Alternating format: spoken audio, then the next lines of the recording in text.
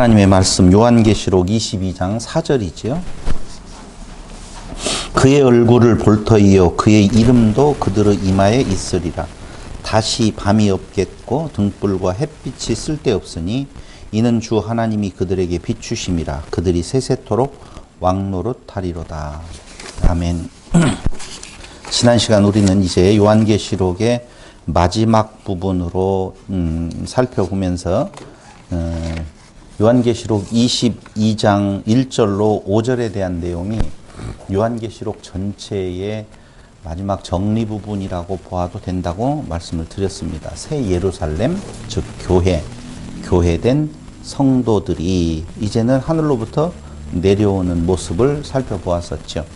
여기는 7번째 대접에 관련되어지는 내용으로서 새 예루살렘, 새 하늘과 새 땅 거룩한 성이 내려온다고 말씀을 드렸어요. 그건 물리적으로 외형적으로 보이는 성이 아니다라고 하는 내용 말씀드렸죠. 뭐라고 그랬어요? 그건 교회요, 교회된 성도라고 말씀드렸죠. 요한계시록은 한마디로 말을 하면 교회에 관한 이야기다. 기억하시죠? 예, 요한계시록 전체 다 살펴보면 결국 교회에 관한 내용을 지금 말해주고 있어요. 인간이 타락했었을 때 처음으로 했던 일이 에녹성, 성을 쌓는 일이라고 그랬죠. 나쁜 거예요? 좋은 거예요? 질문이 좀 이상하지만 에녹성을 쌓는 가인, 좋은 일이에요? 나쁜 일이에요? 써는 거니까 다 하는 거. 그러니까 전제가 뭐냐에 따라서 달리 대답이 나올 수가 있어요. 그러니까 에녹성을 쌓는다라고 하는 내용은 선악지식 나무로 먹었다. 동산 중앙에 있는 나무를 선악지식 나무로 먹은 인간의 그 죄의 결과로 첫째로 나오는 것이 에녹성을 쌓는 거예요. 똑같은 이야기예요. 선악지식 나무로 먹은 결과가 성을 쌓는데 그 성이 뭐냐면은 우리가 일반적으로 윤리와 도덕적으로 나쁜 의미, 상대방에 대해서 해하려고 하는 의미, 인간적인 개념으로 보면 그런 부분이 아니라는 것이죠. 그럼 무슨 내용인 건가? 잘해보려고 하는, 인간이 중심이 되어서 인간의 선을 쌓는 거예요. 그러니까 자기의 방어막, 자기의 의, 자기의 공로를 쌓아서 하늘에까지 닿아보겠다라고 하는 내용이거든요. 우리가 저기 강남에 가보면 100층이 넘는 빌딩이 있잖아요. 그렇죠. 그 100층 빌딩을 보고 100 몇 층이던가? 108층. 108층? 아무렇게나 말하죠. 여기는 108층짜리를 쌓은 거예요. 좋은 일이에요? 나쁜 일이에요? 그 좋고 나쁨이 어디가 있느냐라고 생각할지 모르겠어요. 자, 그게 대답이 어렵다면 바벨탑을 쌓는 건 좋은 일이에요? 나쁜 일이에요? 왜 그게 그건 왜 나쁜 일이고 저건 왜 판단이 어려운 건가? 성경에 그냥 바벨탑은 나쁜 거라고 생각하니까 그게 나쁜 걸로 받아들여지지, 일반은총 영역 안에서 108층을 쌓는 거나 엠파이어 스테이트 빌딩을 쌓는 거나 123층, 봐봐. 저렇게 108층이라고 강하게 이야기하면 다 모를 때에는 죄가 안 돼요. 그게 120층 넘는 건물을 쌓는 거나 더 높은 빌딩을 쌓는 거나 바벨탑을 쌓는 거나 인간이 기준이 되어서 보면은 나쁜 일이 절대 아니에요. 나쁜 일. 더 문명이 발달되어지는 거고, 어떤 의미에 있어서는 인간의 그 위대성이 그걸 통해서 드러나는 거거든요. 그러니까 윤리와 도덕적으로 살자, 정말 잘 살아야 된다라고 하는 내용이 나쁜 일 아니잖아요. 그런 의미예요. 한마디로 말을 하면 에덴 동산에서 선악지식 나무로 먹고 인간이 타락했다라고 하는 말은 살인과 간음과 그 도적질과 이런 내용들이 더 많아지는 세상, 이렇게 보면 안 된다니까요. 그래서 이제 헷갈리는 거예요. 성선설이냐 성악설이냐라고 하는 내용 쪽에서 인간을 재단하는 경우가 있는데, 성경에서 말해주고 있는 죄라고 하는 것은 인간이 기준이 되어서 인간의 의를 쌓아 하늘에까지 닿아보려고 하는 것이 죄예요. 그게 왜 죄예요? 인간은 그런 의를 세울 수 있는 존재가 아닌데 하는 모든 것들이 다 그 절대자의 기준으로 보면은 그건 악이에요. 그게. 그런데 인간은 그러한 곳에서 악한 것에서 악이 나오지, 악한 일을 하니까 네가 악이라고 아니라니까요. 죄인이니까 죄가 나오지, 죄를 지으니까 죄인이라는 개념이 아니라니까요. 본래가 죄인이에요. 악한 존재예요. 그런데 그 악한 존재, 그를 선한 존재로 만들겠다라고 하는 것이 성경의 이야기라 그 말입니다. 그 선한 존재는 누구만 선하셔요? 하나님만 선하시니까 인간을 하나님 되게 하시는 것이 선하게 되어지는 일이라고요. 근데 그 선하게 되어지는 일을 내가 하겠다라고 하는 것 그 자체가 죄라는 것이죠. 할 수 없는 존재예요. 그럴 존재가 아니라니까요. 그래서 사실 애녹성을 쌓는다라고 하는 것이 인간의 입장에서 보면, 인간의 윤리와 도덕적인 입장에서 보면 나쁜 일이 아니에요. 그래요. 자기들을 보호하기 위해 성을 쌓는 거 왜 나쁜 일이에요? 임금이 성을 튼튼히 하고 나라를 국방을 튼튼히 하고 외부의 적들로부터 국민을 보호하기 위해 성을 쌓는다라고 하는 거 그거 왜 나쁜 일이겠어요? 좋은 일이거든요. 그런데 그 일이 오늘 악한 일이 되어졌었을 때에 진짜 그 성이라고 하는 존재가 바로 뭐냐? 그건 하늘에 닿는, 하늘로부터 내려오는 하늘적 존재의 그 성은 하나님께서 지어주시고, 내가 뭐가 되어진다고 그랬어요? 불성곽이 되어진다고 그랬잖아요. 성을 보호하기 위한 성곽은 하나님께서 불성곽이 되어주셔요. 그럼 그 성이 바로 뭐냐? 성도, 교회라 그 말입니다. 그래서 애녹성에 대한 내용을 파하시고 사람이 짓는 모든 성들을 다 파괴하셔요. 그걸로 온전함을 이룰 수 없으니까. 그리고 하나님께서 지어주시는 온전한 성이 하늘로부터 내려온다 그 말입니다. 그게 지금 요한계시록 마지막 부분이에요. 창세기 1장과 창세기의 앞부분과 요한계시록의 마지막 부분은 똑같아요. 같은 내용으로 보시면 돼요. 그 다음에 요한계시록 1장의 내용과 요한계시록 22장에 대한 내용이 같이 가고 있다라고 하는 내용을 조금 이따 살펴보시면 잘 알게 되어질 거라고 생각을 합니다. 결국은 죄의 결과로 애녹성이 세워지는데 자기 보호를 위한, 자기 의를 세우기 위한 거라고 말씀을 드렸죠. 거기에 예루살렘이라고 하는 육적인 개념이 중간에 들어가요.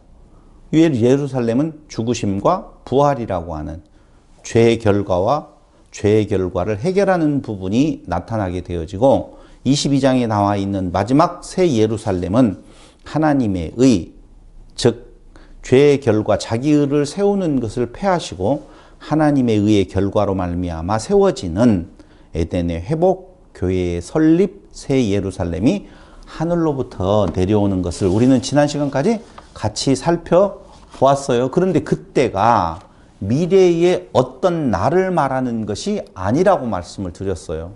미래에 있을 어떤 날이 아니다라고 하는 것을, 증거를 22장 1절로부터 3절까지를 보면서 우리는 지난 시간, 그게 미래에 있을 일이 아니라 지금 있는 일이다, 그때에 있었던 일이다라고 말씀을 드리고 앞으로도 있을 일이다라고까지 말씀을 드렸습니다. 그렇죠? 그렇다면 오늘은 자, 그를 섬기리라 라고까지 지난 시간 우리가 살펴보았는데요. 거기 3절 다시 저주가 없으며 하나님과 그 어린 양의 보좌가 그 가운데에 있으리니 그의 종들이 그를 섬기리라 라고 하는 내용 말씀을 드렸습니다. 그러면서 4절에 보니까 그의 얼굴을 볼 터이요. 섬기려면 당연히 얼굴을 볼 수가 있겠죠? 보셨어요? 혹시? 섬김을 받아야 될 그 어린 양, 하나님과 그 어린 양을 보셨어요? 요런 것들이 어려워요, 이제. 미래에 있을 일이 아니라고 그랬어요. 요것도 조금 이따 말씀을 드리겠지만, 다니엘에 보면, 다니엘 2장 한 3, 40절 그 어간에 보면, 다니엘의 꿈을 통하여서 미래에 있을 일에 대한 내용을 설명을 하면서 그 미래에 있을 일이 언제 이루어지느냐라고 하면은 다니엘의 그 꾼 꿈 이후에 그 제국들의 변천사가 나오잖아요. 다니엘이 머리서부터 시작해가지고 발끝까지 되어지는 형상을 보게 되어지는데 그건 다니엘 이후에 바사 제국, 그 다음에 페르시아 제국, 바벨론, 페르시아, 헬라 부분에 대한 내용, 로마 부분까지 이렇게 되어지는 내용을 지금 말을 했단 말입니다. 그런데 그 이루어질 일을 뭐라고 표현하느냐면 장래에 있을 일로 표현을 해요. 장래에 있을 일이라고 표현을 하거든요. 그런데 요한계시록에서 지금 되어질 일에 대해서 속히 오리라, 빨리 온다, 급히 되어진다 이런 표현을 하거든요. 그러면 장래와 속히라고 하는 말은 어떤 단어가 더 멀리 있는 시간이에요? 장래가 당연히 멀리 있는 일이죠. 그런데 그때 쓰여진 장래라고 하는 단어는 400년, 500년, 600년 정도 간에 지나가면서 다 이루어진단 말이에요. 장래에 있을 일이. 근데 2000년 전 유대 땅 베들레헴에 예수님께서 오셔서 죽으셨다가 부활하셔서 내가 요한을 통하여서 계시하시는 내용이 속히 오겠다라고 이야기한다라고 보면 아까 이야기했던 장래라고 하는 것보다는 훨씬 당겨진 연수여야 되는데 아직까지도 지금 안 왔단 말이에요. 안 이루어졌다라고 생각하는 사람들 이걸 어떻게 해석해야 되느냐 이거죠. 그래서 맞다. 그건 장래라고 하는 말보다도 훨씬 빨리 되어질 일이에요. 장래가 몇 년에 걸쳐서 되어졌다고요? 500년, 600년, 700년에 걸쳐서 되어진 일이라고 보면 속히라고 하는 말은 그때 그 메시지를 전하면서 바로 이루어질 일이거든요.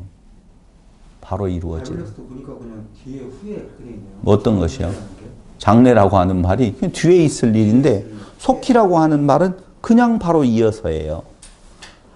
조금 이따가 더 자세히 이야기를 하고 그런데 지금 속히 되어질 일 당시에 요한계시록이 쓰여질 당시부터 지금까지 지금 다 해당이 되어진다면 여기 내용대로 그의 얼굴을 볼 터이요 그의 이름도 그들의 이마에 있으리라고 했는데 그의 얼굴을 본 적이 있느냐 이거죠.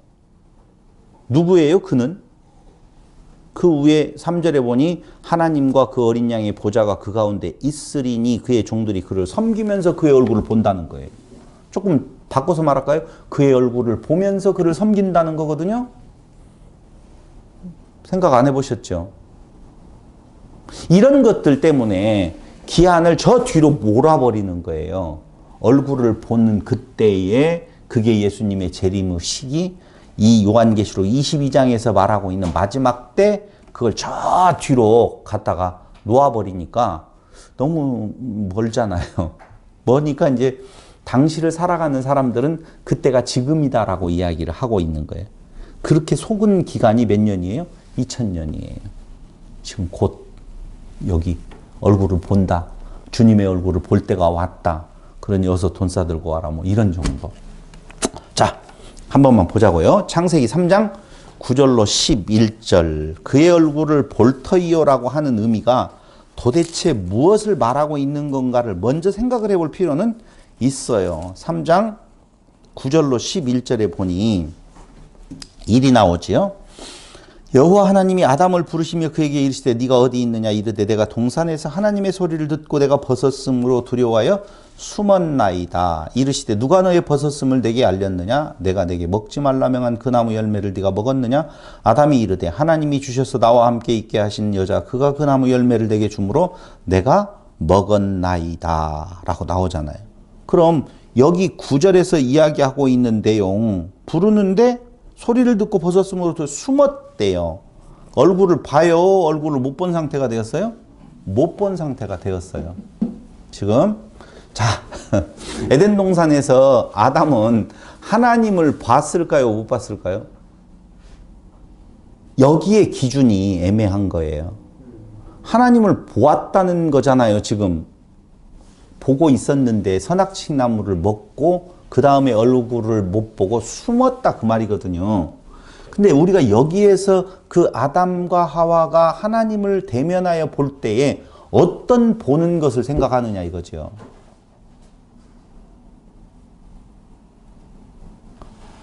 자, 이런 것들이 이제 어려운 거죠. 도대체 어떻게 봤다는 거지? 하나님은 영이셔요. 시간과 공간과 형상 안에 갖춘 아담이 하나님을 본다. 육이 영을 볼 수 없잖아요. 당연히. 어떻게 봐요? 귀신 봤어요? 봤다는 사람이 이상한 거예요. 하나님의 나라, 하늘나라에 가서 내가 본 천국? 펄시콜레? 그 박사가 하나님을 봤을까요? 뭘 봐요, 유기영을? 아, 그럼 요한이 있잖아요, 지금. 요한은 하나님을 지금 그거 영 천사를 지금 보잖아요. 맞아요. 그는 어떻게 해요? 하늘에 올라가서 그 상태에서 보게 하신 거예요. 어떻게? 영은 영끼리 보게 하는 거라니까. 육의 눈으로 보는 것이 아니라니까. 그 시력이 아니에요. 요 눈이 아니라니까. 그러니까 하나님을 보았다라고 하는 첫 번째 개념은 우리가 생각하고 있는 요 시력, 이걸로 보는 것으로 생각해서는 안 돼요. 일단. 모세가 대면한 것도 뭐가 될까요? 모세가 똑같잖아요. 대면하에서 보면 이 눈으로 보는 것이 아니에요. 음성이든지 무엇이든지 어떤 형태로. 그래서 이제 이 구약에서는 그런 육적인 개념에 있어서의 복의 개념도 육적인 개념으로 표현하는 거예요. 보았다라고 하는 개념이 우리가 알고 있는 하나님의 형상, 이걸 지금 다 같이 이렇게 형태가 있어가지고 우주인의 머리는 클까 작아, 이런 개념이 아니라는 걸 지금 제가 이야기를 하려고 요 3장에 창세기로 지금 가보는 거예요. 자, 대면하고 있었는데 피했어요. 이 상태는 죄의 결과란 말이에요. 지금 보지를 못한다. 그럼 다시 얼굴을 본다는 말은 요렇게 지금 보는 걸 강조하려고 하는 것이 아니다라고 하는 것을 지금 찾아가 보는 거라니까요. 두 번째, 창세기 4장 14절을 보세요. 주께서 오늘 이 지면에서 나를 쫓아내시온 즉 내가 주의 낯을 배웁지 못하리니 라고 나오잖아요. 낯을 배웁지 못하리니. 그럼 그전에는 어떻게 해요? 이렇게 낯을 이렇게 보고 있었는데 이제는 못 본다. 이런 말을 하는 것이 아니라고요. 두 번째. 세 번째, 출애굽기 33장 20절 한번 보실래요?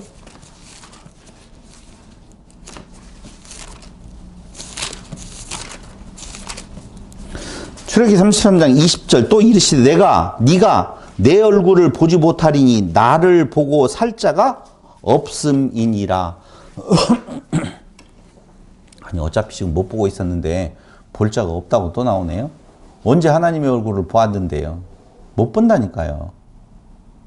이 말은요, 죄가 가로막혔다는 거예요. 소통이 안 된다는 거예요. 하나님과의 교제가 끊어졌다는 거예요. 하나님을 알 수 있는 방법이 없어졌다는 거예요. 그럼 하나님을 알게 되어지면 보면 어떻게 되어져요? 살 수 있어요, 없어요? 우리는 하나님을 이렇게 얼굴로 보면 죽는다고 생각을 한다니까요.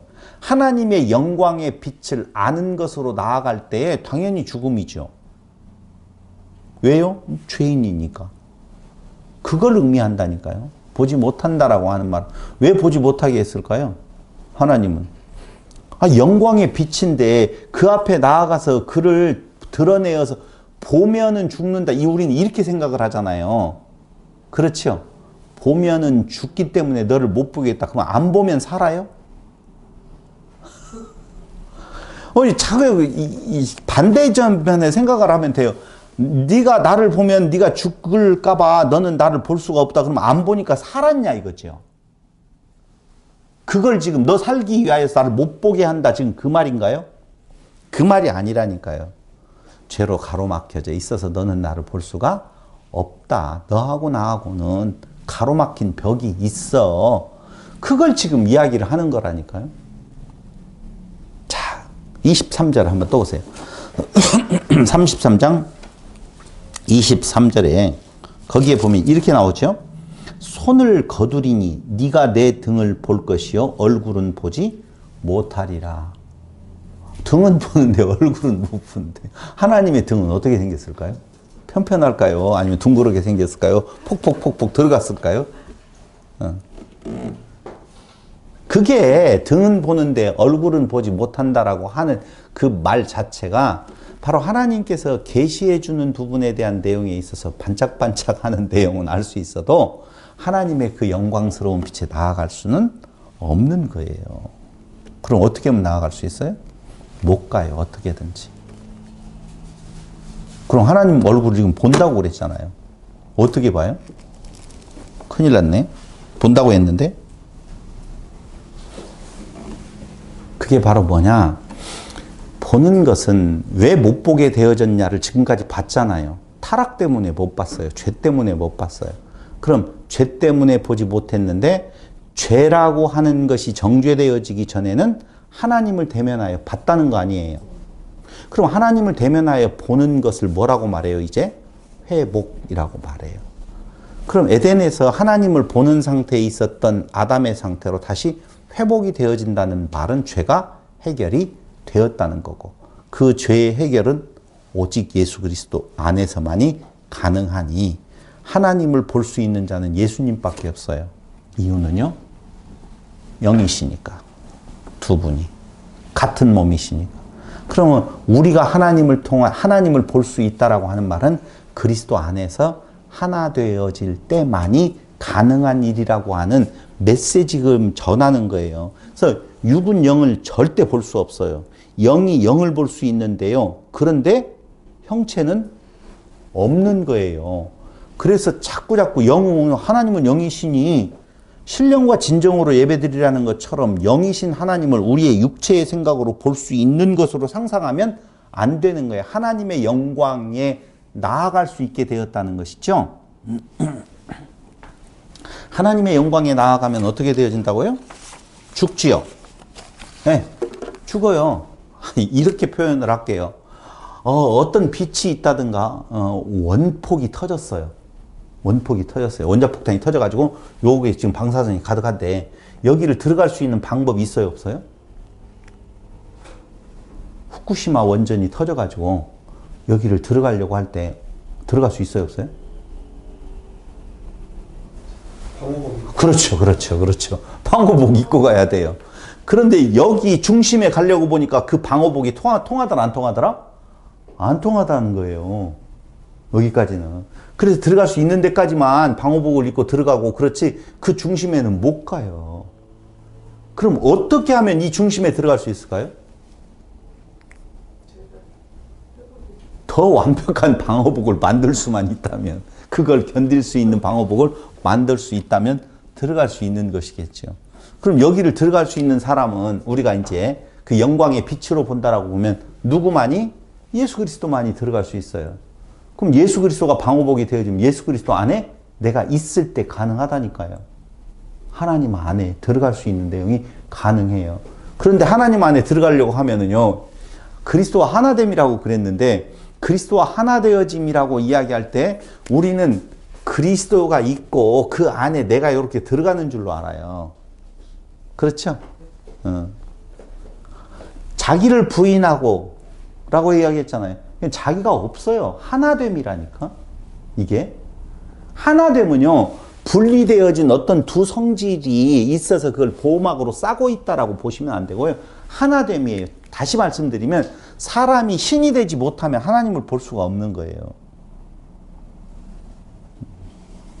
그래서 지금 여기에서 본다, 섬긴다 라고 하는 말은 하나됨에 대한 죄의 회복, 타락에서 회복이 되었다라고 하는 내용을 지금 말을 하고 있는 것이지, 우리 육체적인 개념으로 육이 중심이 되어져서 육체로 빨리 바라. 즉 항상 성경이 말하고 있는 건 교회를 이야기한다고 그랬잖아요. 인간 개인을 말하려고 하는 것이 아니라고 그랬잖아요. 교회는 영적 존재지 육적 존재가 아니에요. 그래서 건물 안에 들어와 있는 멤버들을 말하는 거 아니라 그랬잖아요. 교회된 자들이라고 말씀을 드렸잖아요. 교회가 아니라 교회된 자들이라고 말씀을 드렸어요. 그럼 우리 안에는 뭐가 있어요? 하나님의 영이 있다고 그러잖아요. 하나님의 영이 무엇 한다고 그러던가요? 탄식한다 그랬죠. 그럼 내 안에서 하나님의 영이 지금 탄식해요. 그 하나님의 탄식은, 성령의 탄식은 무엇을 말하는 건가? 하나님을 섬기는 거라고요. 하나님을 보는 거라고요. 하나님을 볼 때 봤더니 어떤 결과가 나와요? 하나님을 보니까 거룩이 나와요. 거룩하신 자는 섬김의 대상이 되어지죠. 그러니까 하나님을 보고 섬긴다라고 하는 말은 내가 이 육적인 눈을 가지고 하나님께 향하여서 교회 나가가지고 빌고 기도하고 이런 걸 말하는 것이 아니라 지금 그 상태가 되었다라고 하는 뭐라고요? 선포예요. 제발. 알아들으셨으면 좋겠어요. 그걸 또 다시 표현하고 있는 내용이 그의 이름도 그들의 이마에 있으리라. 지금 그렇게 나와요. 4절. 그의 얼굴을 볼 터이요 그의 이름도 그들의 이마에 있으리라. 여기 이마에 있는 이름은 뭐냐면은요. 출애굽기 28장에 대한 내용을 말을 하고 있는데요. 17절로 21절에 대제사장만이 보석을 달고 하나님의 임재의 장소인 지성소로 들어갈 수 있었지요. 무엇을 달고요? 보석을 달고. 두 번째 28장 36절로 38절에 거기 대제사장이 그 이마에 여호와께 성결이라고 하는 표를 들고 가거든요. 달고. 지성소로 들어갈 수 있는데요. 그러니까 누구만이 들어갈 수 있어요? 성결한 자만이. 지성소에 들어가서 하나님을 대면하여 볼 수 있는 자는 성결한 자만이 된다고요. 그러니까 여기 이마에 지금 뭐라고요? 그들의 이름도 그들의 이마에 있다. 그리스도의 이름이 이마에 있다. 이 이마에다가 붙이고 있다라고 생각을 진짜 하면 안 된다니까요. 그러니까 그게 구약에서 말해주고 있는 그림자예요. 지성소에 들어갈 때 대제사장이 여호와께 성결이라고 하는데요.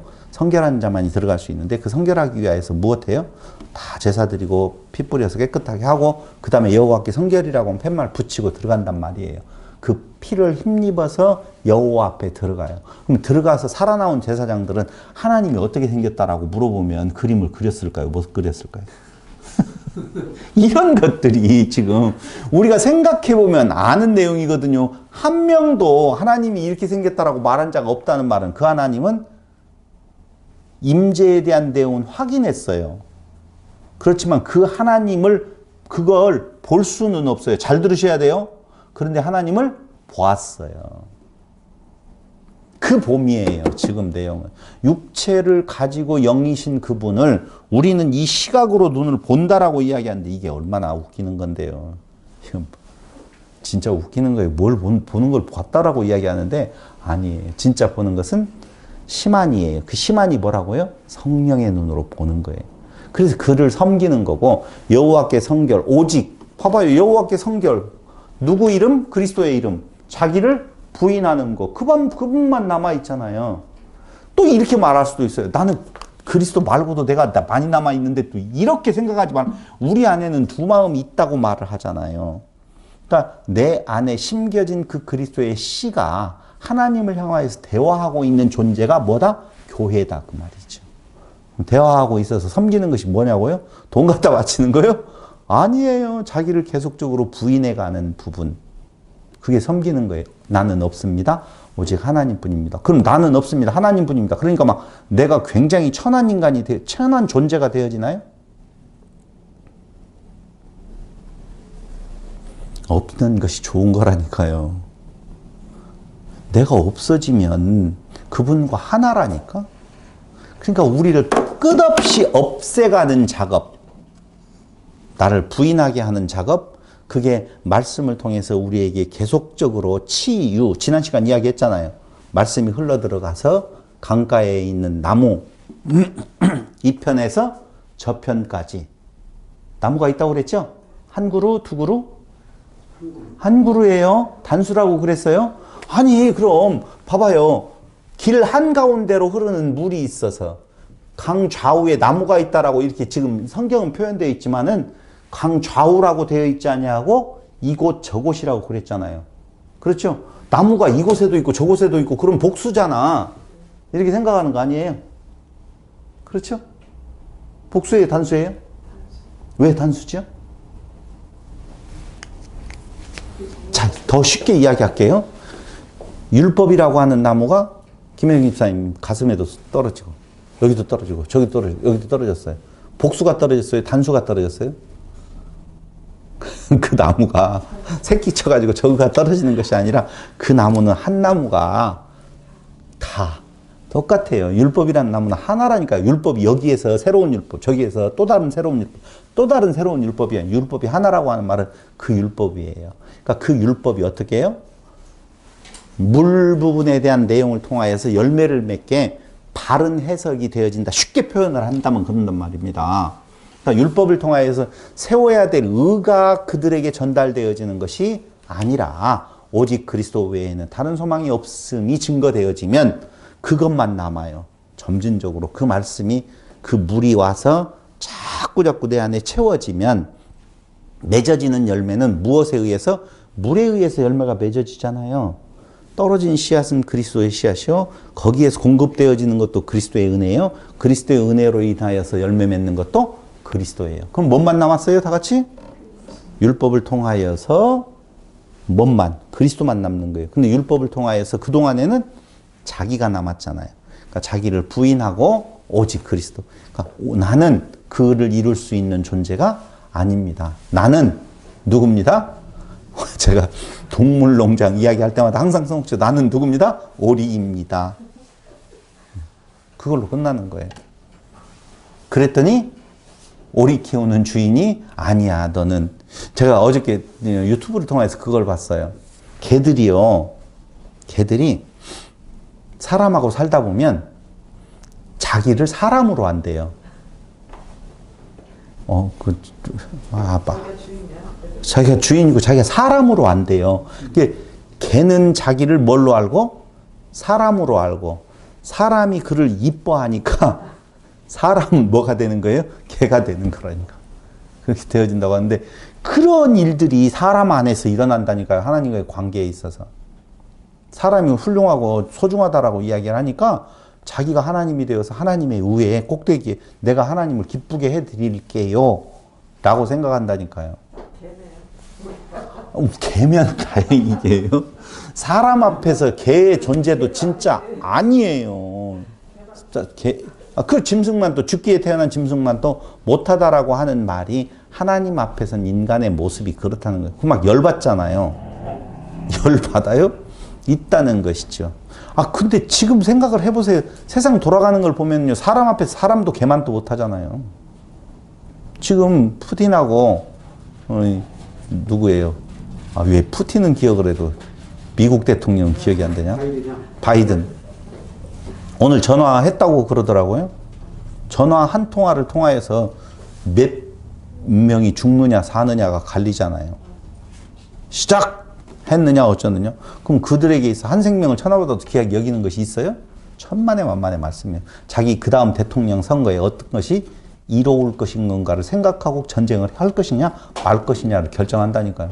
근데 인간은요. 그 안에 조그마한 존재, 그 안에 조그마한 존재 자체도 없는데도 불구하고 그게 우주의 전체예요. 그래서 자기를 중심으로 세상을 바라보니까요. 세상이 전부 다 자기를 드러내는. 근데 나가서 보면 아무것도 아니거든요. 나가서 보면 아무것도 아닌 것이 아니라 하나님 앞에서 보면은요. 아무것도 아니에요.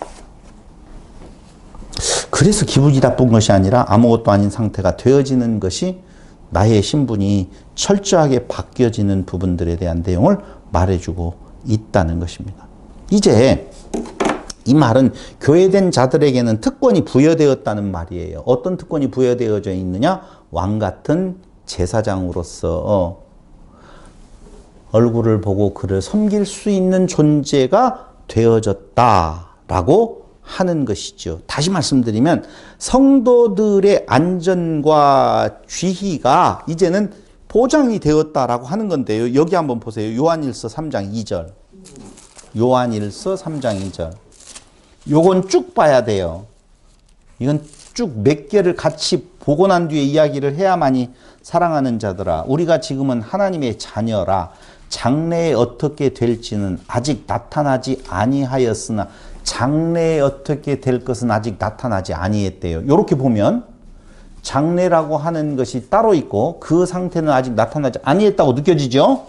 그가 나타나시면 우리가 그와 같을 줄을 아는 것은 그의 참모습 그대로 볼 것이기 때문이니 라고 하잖아요. 그럼 볼 것이기 때문이다라고 하는 건 미래잖아요.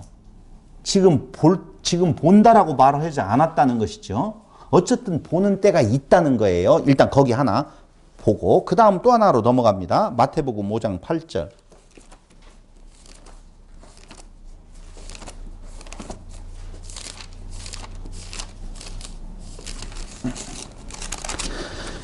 오장 8절 마음이 청결한 자는 복이 있나니 그들이 하나님을 볼 것이미요. 자, 하나님을 볼 수 있대요. 어떤 자가요? 마음이 청결한 자가. 그렇다면 마음이 청결해지는 것은 저기 미래의 장래에 어떤 사람들만 청결해질까요? 그건 또 아니겠죠. 그러니까 이렇게 달라요. 한 구절을 가지고 무슨 해석을 지금 해서는 안 돼요. 세 번째 구절. 고린도전서 13장 12절. 고린도전서 13장 12절. 우리가 지금은 거울로 보는 것 같이 희미하나 그때에는 얼굴과 얼굴을 대하여 볼 것이요 지금은 내가 부분적으로 하나 그때에는 주께서 나를 아신 것 같이 내가 온전히 알리라. 지금은 거울로 보는 것 같이 희미하대요. 보기는 보는 것 같네요. 그렇죠? 본다 볼 것이다와 사이에 지금은 희미하게 보는데 나중에는 더 자세히 본다. 지금 약간의 중간적인 부분에 대한 내용이 있잖아요. 근데 거기에 재미난 표현이 있어요. 지금은 내가 부분적으로 아나. 그렇죠? 그럼 보는 것이 뭐라고 아는 것이라고 하는 것이죠? 내가 부분적으로 주께서 나를 아신 것, 그때에는 내가 주께서 나를 아신 것 같이 내가 온전히 알리라. 그러면 온전히 알리라, 온전히 본다. 이렇게 되어지겠죠? 또 하나 또 보자고요. 자꾸 봐야지 되죠? 고린도 후서 3장 18절. 고린도 후서 3장 18절. 우리가 다 수건을 벗은 얼굴로 거울을 보는 것 같이 주의 영광을 보매 그와 같은 영광 형상으로 변화하여 영광에서 영광에 이르니 곧 주의 영으로 말미암음이니라. 여기에서 두 개만 더 보자고요. 구약에서 시편 17편 15절.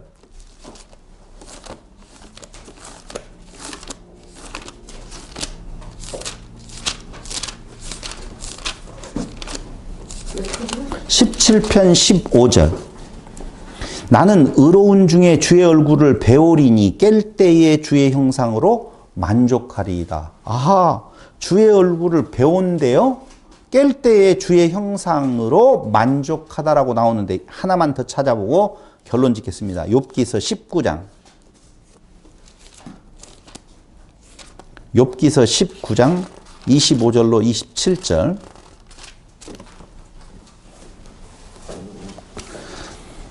내가 알기에는 나의 대속자가 살아계시니 마침내 그가 땅 위에 서실 것이라. 내 가죽이 벗김을 당한 뒤에도 내가 육체 밖에서 하나님을 보리라. 내가 그를 보리니 내 눈으로 그를 보기를 낯선 사람처럼 하지 않을 것이라. 내 마음이 초조하구나. 어디에서 본대요? 육체 밖에서 본다. 이렇게 말을 해요. 그럼 육체 밖에서 본다는 것이 도대체 무슨 말인 건가? 육체로는 볼 수가 없지요, 당연히. 육체 밖에서 본대요. 그러니까 여기 지금 보고 그를 섬기게 되어지고 그의 등을 보는데 그의 얼굴은 못 보는데 뭐 등등에 대한 내용을 종합해서 보면 본다라고 이야기하는 것은 이 육신의 눈 이걸로 보는 것이 아니라 심한, 이 심한도 잘해야 되는데 심한은 있어요, 없어요?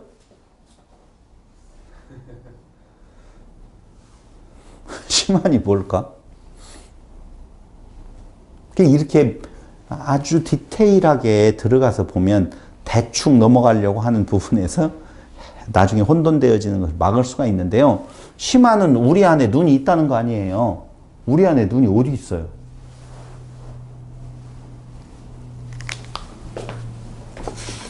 있잖아요. 우리 안에 성령이 계시다고 그랬잖아요. 우리 안에 성령이 계신다니까요. 성령이 누구를 알아본다고 그랬어요? 그분을 알아본다고 그랬다니까요. 그러니까 내 안에 영으로 채워지 하나님의 영 되시는 성령이 없이는 볼 수 없어요. 근데 성령은 곧 무엇을 통하여서 우리에게 성령이 계심을 알게 되어지느냐? 말씀. 성령 충만, 무슨 충만? 말씀 충만이라 그 말입니다. 그럼 성령이 하시는 일은 말씀을 통하여서 무엇하는 일이에요? 그리스도를 증거하는 일이에요. 그래서 밝히 드러난다 그 말이죠. 여러분들이 성경을 보고 율법을 보고 그리스도가 떠오른다라고 하는 말은요, 심한으로 하나님을 보는 거예요. 그랬더니 누구만 있더라? 하나님만 계시더라. 나는 없더라. 존재 자체에 대해서. 그런 말이에요. 그래서 그 상태가 되어지면 어떤 형태가 되어지느냐? 다시 밤이 없겠고 이렇게 나오는 거예요. 밤이 왜 없을까요? 밤이 없다라고 했으니까 지금은 밤이 있어요, 없어요? 있잖아요. 어둠 밤 쉬되리니 내 직분 지켜서 찻잎을 맺힐 때 뭐죠? 그런 노래 나오죠? 성경을 근거로 해서 나오는 노래인데요.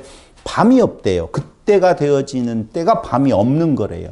그럼 그 밤은 무슨 밤이냐 도대체. 창세기 8장 22절을 한번 보실래요?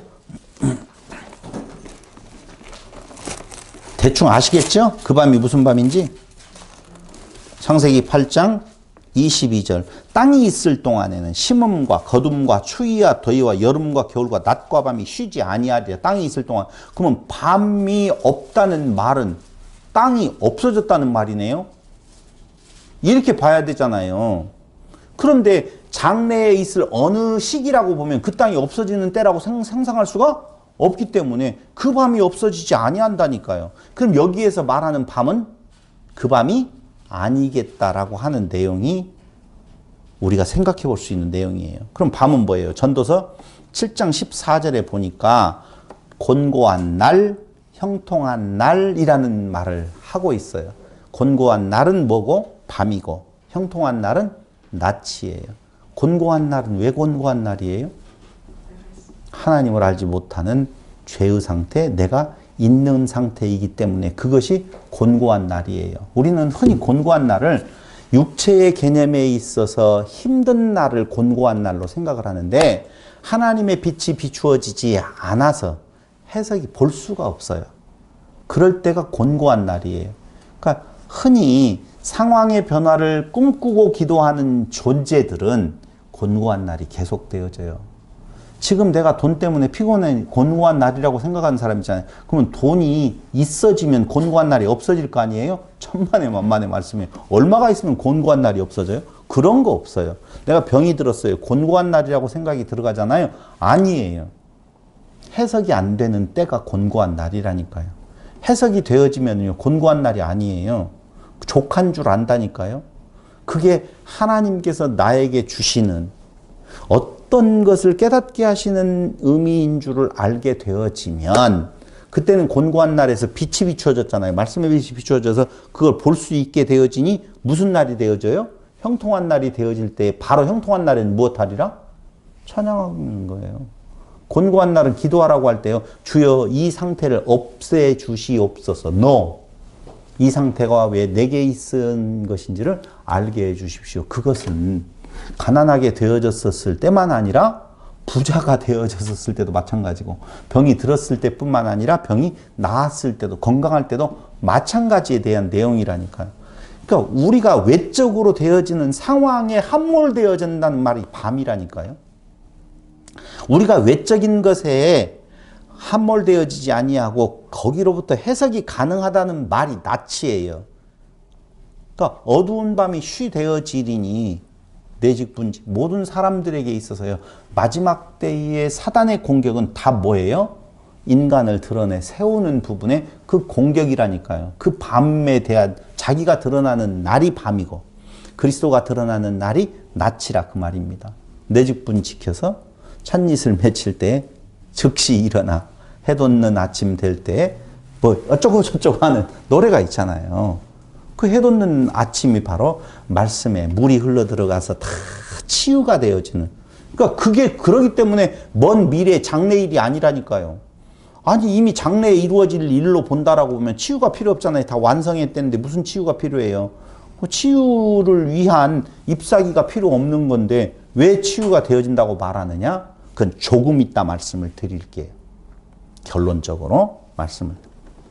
그래서 밤이 없어진다라고 하는 날이 되어지는데 이때에는 어떤 형태가 되어지는 건가? 등불과 햇빛이 쓸데없으니 이는 주 하나님이 그들에게 비추심이라. 비추심을 받았어요.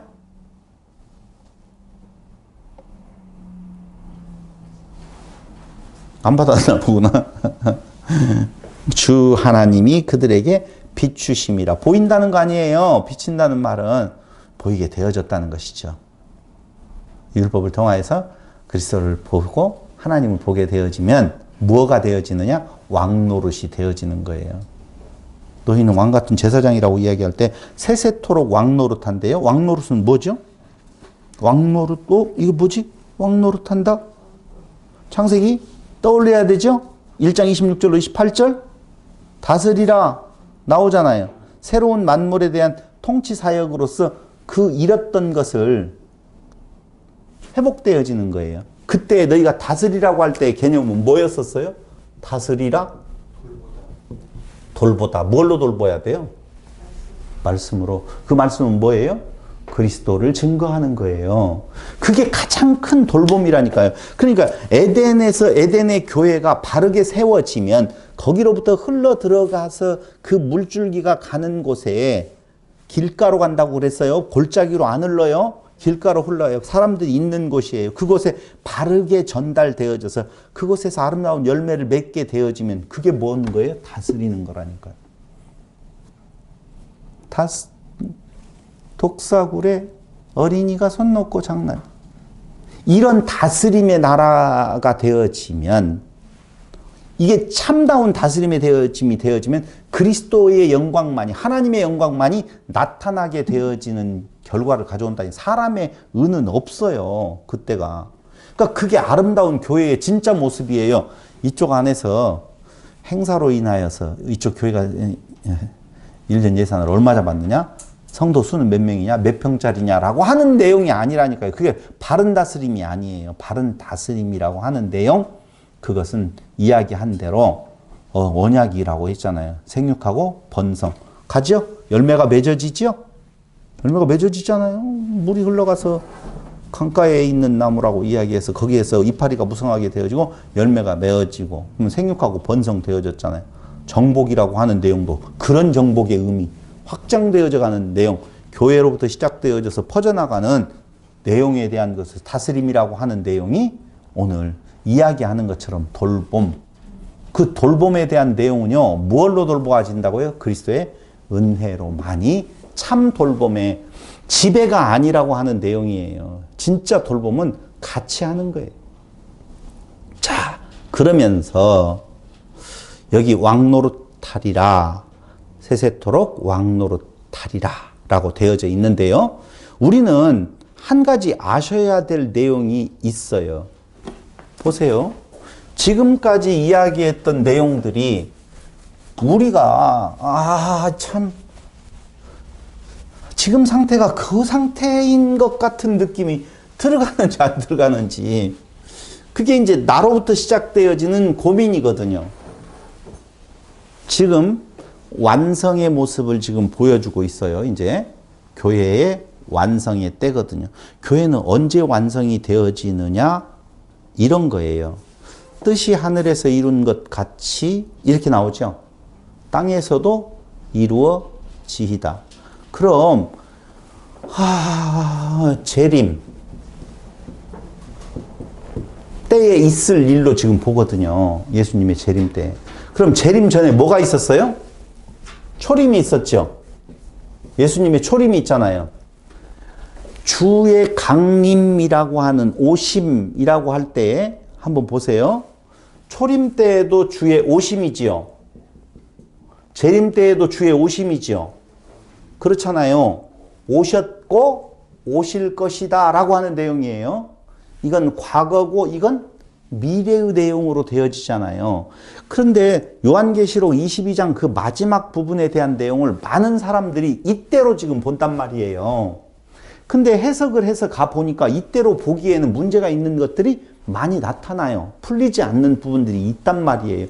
이걸 어떻게 풀어야 될 것인 건가에 대한 굉장히 고민이 많이 되어져요.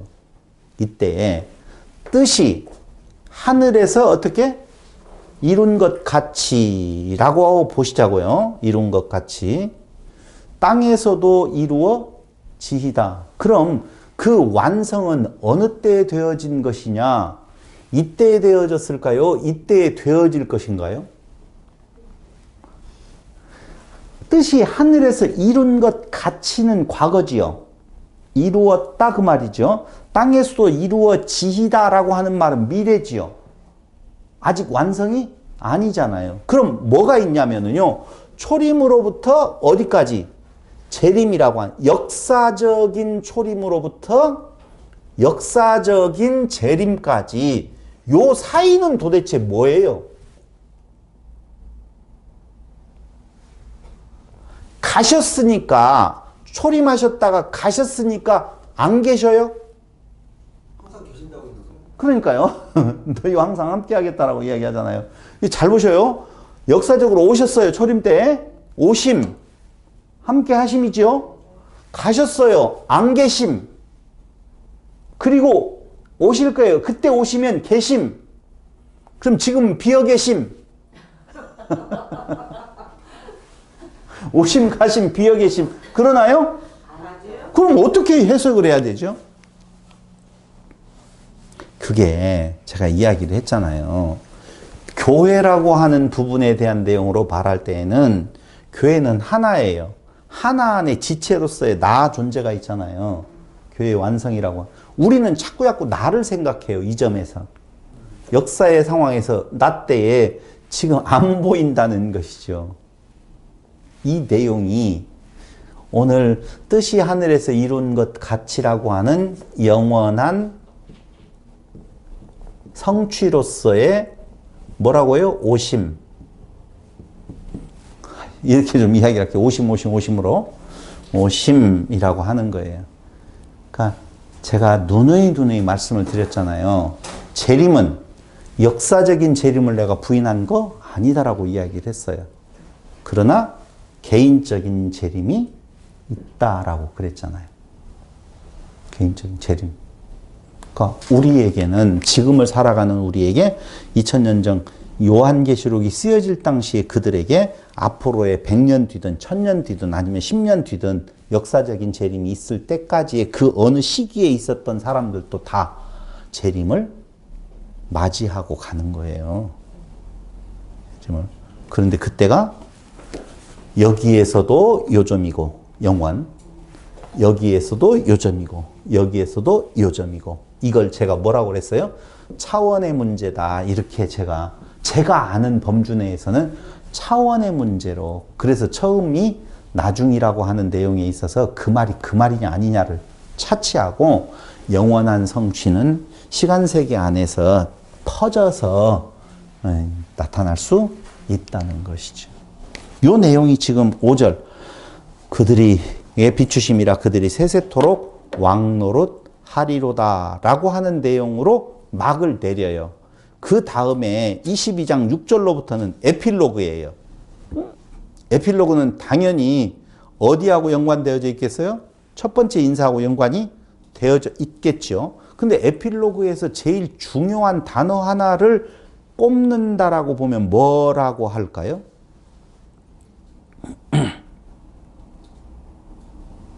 안 읽어봤기 때문에 모르신다는 것이 정답이겠죠. 거기에서는 속히, 때가 가까웠다, 속히, 이런 말들이 주예요. 왜냐하면은요, 이 요한계시록은 미래에 있을 어느 성도들에게 말하는 내용이 아니라 당시의 성도들, 환난과 고난 속에 있는 성도들에게 주는 메시지예요. 그러니까 그들에게 있어서 필요한 메시지는 당연히 뭐겠어요? 속히예요. 장래에 이 말 안 된다니까요. 속히예요. 그래서 지금까지 이야기했던 모든 메시지가 속히 이루어진다. 지금 그 내용이 에필로그라니까. 한번 볼래요? 요한계시록 전체의 결론이라고 말하면은요. 또 그가 내게 말하기를 이 말은 신실하고 참된지라 6절이에요. 주 곧 선지자들의 영 하나님이 그의 종들에게 반드시 속히 되어질 일을 보이시려고 그의 천사를 보내셨도다. 그런데 이 말이 어디하고 받냐면요. 1장 1절을 보세요. 예수 그리스도의 계시라 이는 하나님이 그에게 주사 반드시 속히 일어날 일들을 그 종들에게 보이시려고 나오잖아요. 그러니까 1장 1절에서 시작할 때도 속히 되어질 일이라고 말하고 22장 6절에서도 반드시 속히 되어질 일을 보이시려고 그의 천사들을 보내셨다. 이렇게. 그럼 속히 되어질 일을 다시 한 번 번역을 해보면 곧 일어날 일이라고 되어져 있어요. 네. 곧 일어날 일이라고 되어져 있다니까요. 그런데 그 1장에서 말을 하면서 뭐라고 말하느냐. 3절. 이 예언의 말씀을 읽는 자 듣는 자 그 가운데 기록한 것을 지키는 자는 복이 있나니 때가 가까움이라 라고 이야기하면서 복이 있다고 이야기하죠. 때가 가까이 왔다고 또 말합니다. 그러는데 여기 복을 이야기하는데 22장에 가서는요 뭐라고 이야기를 하느냐라고 하면은요 저기 뒤에 가서 보면 복이 있으리라고 당연히 말하라. 7절 보라 내가 속히 오린 이 두루마리의 예언의 말씀을 지키는 자는 복이 있으리라 하더라 라고 하지요. 그럼 지키는 자는 복이 있는데 지키지 않는 자는 어떻게 되어질까요? 성 밖으로 내보내요. 11절에 보면 불의를 행하는 자는 그대로 불의를 행하고 더러운 자는 그대로 더럽고 의로운 자는 그대로 의를 행하고 거룩한 자는 그대로 거룩하게 하라. 보라 내가 속히 오리니 내가 줄 상이 내게 있어 각 사람에게 그가 행한 대로 갚아주리라. 나는 알파와 오메가요 처음과 마지막이라 시작과 마침이라. 자기 두루마리를 빠는 자들은 복이 있으니 이는 그들이 생명나무에 나아가며 문들을 통하여 성에 들어갈 권세를 받으려 함이로다. 개들과 점술가들과 음행하는 자들과 살인자들과 우상숭배자들과 및 거짓말을 좋아하며 지어낸 자는 다 성 밖에 있으리라. 한마디로 말하면 지키지 않는 자는 저주받는다, 제하여 버린다 이렇게 이야기를 하고 있어요. 그러니까 앞에 내용의 복과 뒤에 내용의 저주라고 하는 내용을 같이 배치를 시키면서 약간의 뉘앙스가 좀 달라지는 부분이 있어요. 그러니까 앞에 내용은요. 야 너희에게 지금 듣게 해서 지키는 자에게 복이 있게 한다. 그런데 뒤에 가서는 뭐가 있다고요? 심판에 대한 저주에 대한 이야기도 있다니까요. 그럼 이 두 가지에 대한 상반된 내용이 듣는 그 성도들에게 있어서는 어떤 의미를 갖는 건가? 하나는 복이라고 하는 단어로 또 하나는 저주라고 하는 단어로 지금 대비되어져 있지만 에스컬레이터 되어지는 거예요. 조금 더 강조의 개념이 되어지는 거라고요. 복으로만 있는 것이 아니라 복은 나를 중심이잖아요. 성도들을 중심이잖아요. 그런데 그 상대자, 그 성도를 무너뜨리려고 하는 그 적에 대한 내용에 있어서 저주가 선포됨으로 말미암아 성도에 있어서는 그때 그 당시에 그 어려운 지금 우리에게 있어서의 계속적으로 공격해 들어오는 사단의 계략이 있을까요? 없을까요? 죽을 때까지 있다고 그랬잖아요. 못 느끼지요. 왜냐하면 우리는 자꾸 그 육에 대한 공격을 무엇로 보느냐? 외적인 걸로 보니까 그러는 거예요. 내적인 것에 있어서 나를 공격하는 것은 예수님께서 시험당하실 때에 끝까지 높아지라고 유혹했던 그 사단의 영역이 우리 안에서 우리를 높아지라고 지금 계속적으로 우리를 괴롭히고 있다 그 말입니다. 그런데 그 괴로움 그게 뭐가 괴롭냐? 갈등이 괴롭잖아요. 높아지려고 하는 나, 내 안에 있는 육의 소욕, 그것이 아니다라고 이야기하는 흘러들어온 말씀에 의해서 낮아져야 되는 나 사이에 괴로움이 있잖아요. 그것을 뭘로? 보상을. 어떤 자? 지키는 자. 지키는 것은 뭐가 지키는 거예요? 말씀을 지킨다고 그랬잖아요. 말씀을 지키는 게 뭐예요? 또 예? 간직한다. 간직하는 거죠. 뭘 간직해요?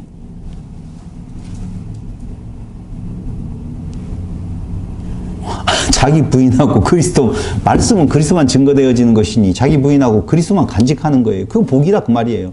근데 그 반대의 개념은요, 자기가 없어지지 아니하고 그리스도가 남지 아니하고 자기가 남는 거예요. 어떻게 보는 거예요? 율법을 바르게 해석되어지지 아니하고 겉으로 해석되어지면 자기가 남는 거라니까요.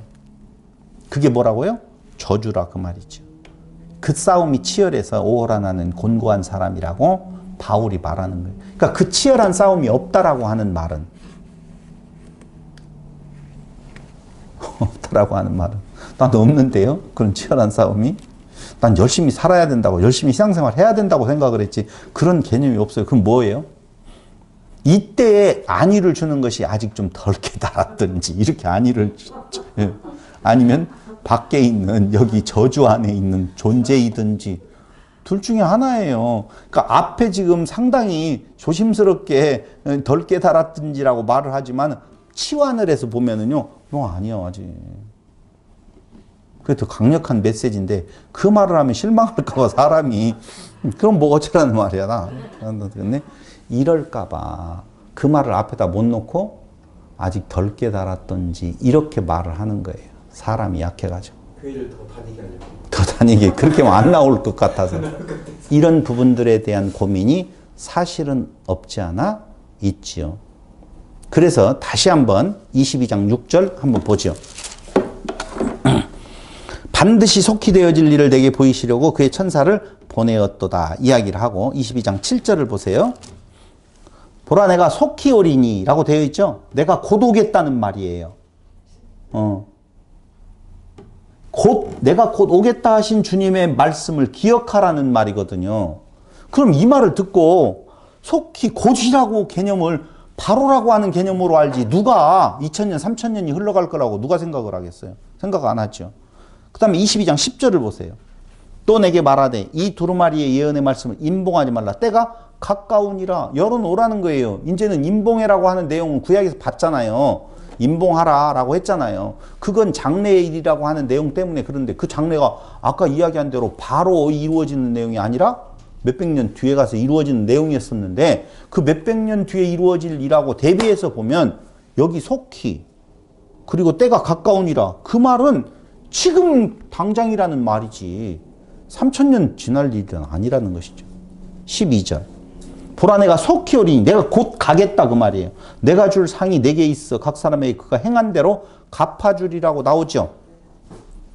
그렇잖아요 지금. 그러니까 속히 와서 갚아준다는 거예요. 내가 곧 가겠다는 거예요. 행한 대로 갚아주겠대요. 행한 대로 갚아준다는 의미는 뭘까요? 큰일 났다 이제. 행한 대로 어떻게 갚아주냐?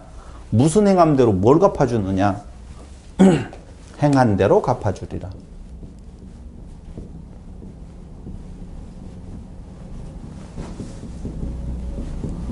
자, 이 말은 뭘까요? 행한 대로 갚아준대요. 뭐가 떠올라야 돼요? 이 대목에서? 행한 대로 갚아주는 장면이 나오죠? 신약에서. 고개를 끄덕거리면 어디에 나오냐고 물어보려고 그랬는데 아무도 고개를 안 끄덕거리고 저만 그렇게 쳐다보니까 질문을 못 하겠네요. 행한 대로 갚아주는 거 어디에 나와요? 저기 예수님이 말한 어디? 예수님이. 마태복음 어디요? 부자 청년.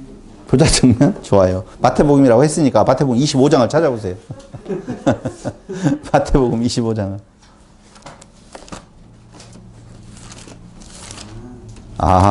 거기 나오는구나. 25장 14절. 찾으셨죠? 14절. 또 어떤 사람이 타국에 갈 때 그 종들을 불러 자기 소유를 맡김과 같으니 각각 그 재능대로 한 사람에게는 금 5달란트를 한 사람에게는 2달란트를 한 사람에게 1달란트를 주고 떠났더니 5달란트 받은 자는 바로 가서 그것으로 장사하여 또 5달란트를 남기고 2달란트 받은 자도 그같이 하여 또 2달란트를 남겼을 때 1달란트 받은 자는 가서 땅을 파고 그 주인의 돈을 감추어 두었더니 오랜 후에 그 종들의 주인이 돌아와서 그들에게 결산할세 5달란트 받았던 자는 5달란트를 더 가지고 와서 이르되 주인이여 내게 5달란트를 주셨는데 보소서 내가 또 5달란트를 남겼나이다. 그 주인이 이르되 잘하였도다 착하고 충성된 종아 네가 적은 일에 충성하였으며 내가 많은 것을 내게 맡기리니 내 주인의 즐거움에 참여할지어다. 2달란트도 마찬가지의 칭찬을 합니다. 그럼 행한 대로 갚아준다. 여기 나오죠? 5달란트 행한 대로 갚아주고 2달란트 행한 대로 갚아주고 1달란트 받은 자는 행한 대로 뭐가 임하게 되어져요? 저주가 임하게 되어지지요.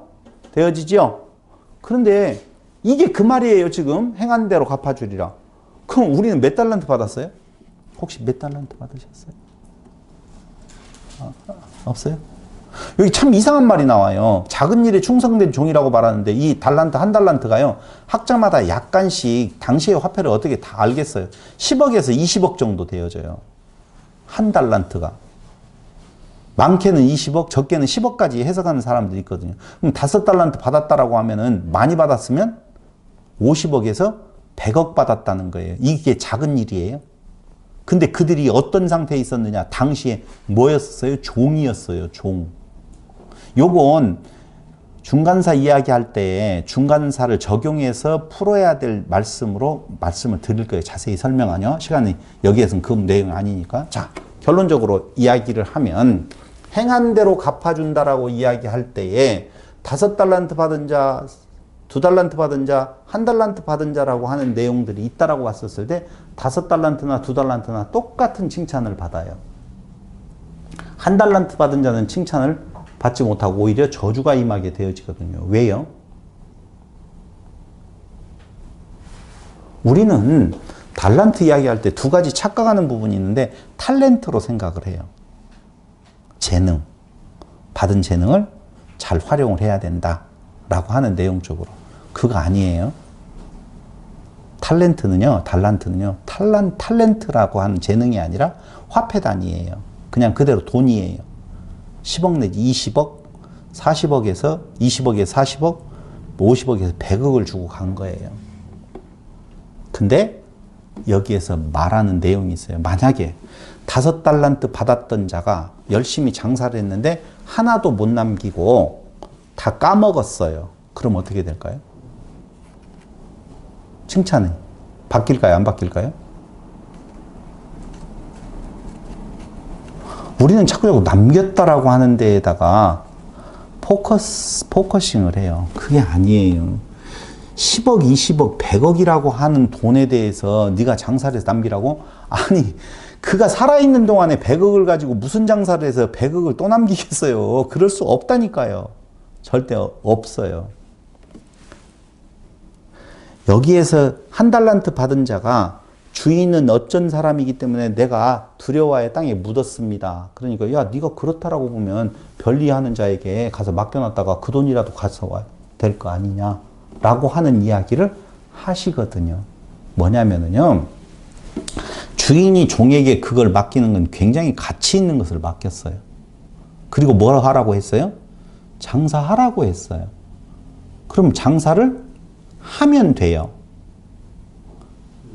이득이 생기냐 손해를 보느냐는 것은 그 종의 문제가 아니에요. 이해됐어요? 그럼 종은 어떤 자세여야 되는 건가? 나는 내 주권이 없다는 거예요. 없기 때문에 하라는 대로 하면 되는 거지. 네가 네 생각을 가지고 네가 있음으로 인하여서 어떤 행동을 취하는 것에 대한 문제를 지금 제기하는 거예요.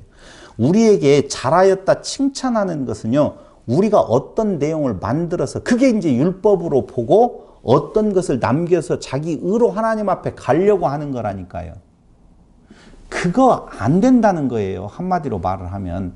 행한 대로 갚아주리라라고 하는 말은 그 행함이라고 하는 것은 율법을 자기의 의로 생각하고 뭔가를 채우느냐, 아니면 자기 없음으로 자기를 부인하는 행함이냐 라고 하는 두 가지밖에는 없어요. 거기에는. 그러니까 남기고 안 남기고에 대한 내용은 아무 문제가 아닌 거예요. 한마디로 말을 하면. 네가 주인이냐? 그 주인이 주인이냐? 그 말이에요. 그 행한 대로 갚아준다는 거예요. 네가 율법을 통하여서 어떻게 하면 너의 의를 세우면 져주고, 너 없음으로 너를 부인하고 살아가는 너의 모습, 오직 그리스도만 있으면 너에게는 구원이라고 하는 놀라우신 복을 이미 말씀해 주는 거예요. 그럼 생각을 해봐요. 그때 당시에 유대인, 아니 성도들, 7교회 성도들에게 하는 이게 메시지거든요. 그러니까 뭔가를 네가 이루라고 하는 그 상황이 아니고 그 상황을 통해서 너 없음에 대한 내용으로 하나님은 그 역사를 지금 행하고 있는 거예요. 우리네들의 사는 삶이 당시나 지금이나 앞으로나 다 그 사는 삶은 행함이 있는 삶이라고 이야기할 때 그 행함이 있는 삶은 바로 나를 죽여가는 그 삶이에요. 자기 없음으로 자기를 부인하는 삶이에요. 이게 쉽겠어요? 어렵겠어요? 장난 아니지요. 뭐가 있었을 때 말씀으로 흘러내리는 그 말씀에 대한 강함이 있었을 때 자기가 점진적으로 없어지는 부분이 있다라고 하는 거예요. 그래서 결론, 처음 오심과 마지막 오심, 초림과 재림 사이에 오심의 연속은 임박한 사건이에요. 초림과 재림 사이에 오심의 연속이라고 제가 지금 이야기를 했죠. 오심의 연속, 오심의 연속. 이것이 누구에게는 그때 당시를 살아가는 개인, 그때 시대의 교회로 있어서는 임박한 사건이다. 그래서 속히 온다라고 하는 내용이에요. 이걸 다른 말로 제가 이제까지 이야기하면 개인적 오심이라고 하는 내용에 있어서 개인적 재림이라고 표현을 했던 거예요. 그래서 요한계시록은 한마디로 말을 하면 여기에 이제 그런 말이 나오잖아요. 이 말씀 위에 더하거나 빼면 어쩌고 이야기하는 내용도 나오잖아요. 그게 이제 성경 전체를 말하냐, 요한계시록을 말하느냐라고 하는 문제점도 좀 있었죠. 어느 것을 말하는 것 같아요? 어려운 내용이 아닌데 어렵게 보니까 그래. 그것만 한번 이야기하고 말씀을 드릴게요. 8절, 이것들을 보고 들은 자는 나 요한이니 내가 듣고 볼 때 이 일을 내게 보이던 천사의 발 앞에 흥배 엎드렸더니 그가 내게 그거 어디냐,